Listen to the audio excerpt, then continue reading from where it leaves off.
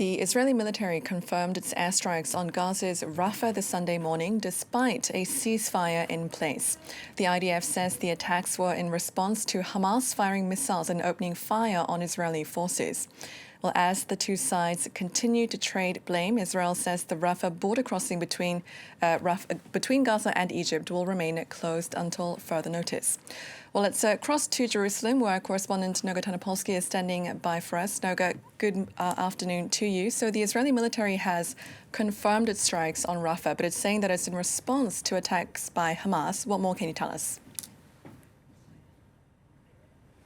Yes, and no less important, Hamas has confirmed an attack of its own, but says that it wasn't aiming at Israeli soldiers, which would be a very, very flagrant breach of this ceasefire. It says it was trying to hit pro-Israeli militias inside Gaza, but it doesn't deny doing this attack. What the Israeli army has said to us just now is that terrorists fired an anti-tank missile and gunfire towards IDF troops operating to dismantle terrorist infrastructure, and that in response the IDF has begun striking the area to eliminate the threat and dismantle tunnel shafts. So this is by far the worst escalation, the worst breach since we've started the ceasefire about 9 days ago. And it comes on the eve of the arrival of President Trump's envoy, Steve Witkoff, and Vice President J.D. Vance. What I can tell you is that Israel is responding, compared to what its ministers are calling for, in a very limited way. And that may indicate that the White House is still trying to keep this ceasefire alive.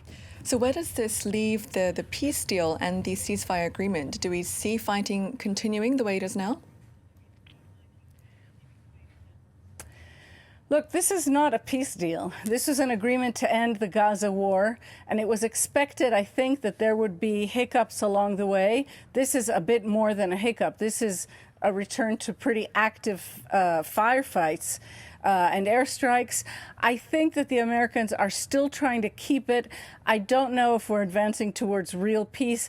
One thing I can also say is that the Arab countries that signed onto this deal with Donald Trump last week in Sharm el-Sheikh in Egypt so far have not jumped into the fray. They have not sent either funds or troops to try and impose the peace in Gaza. So we really are at a bit of an impasse.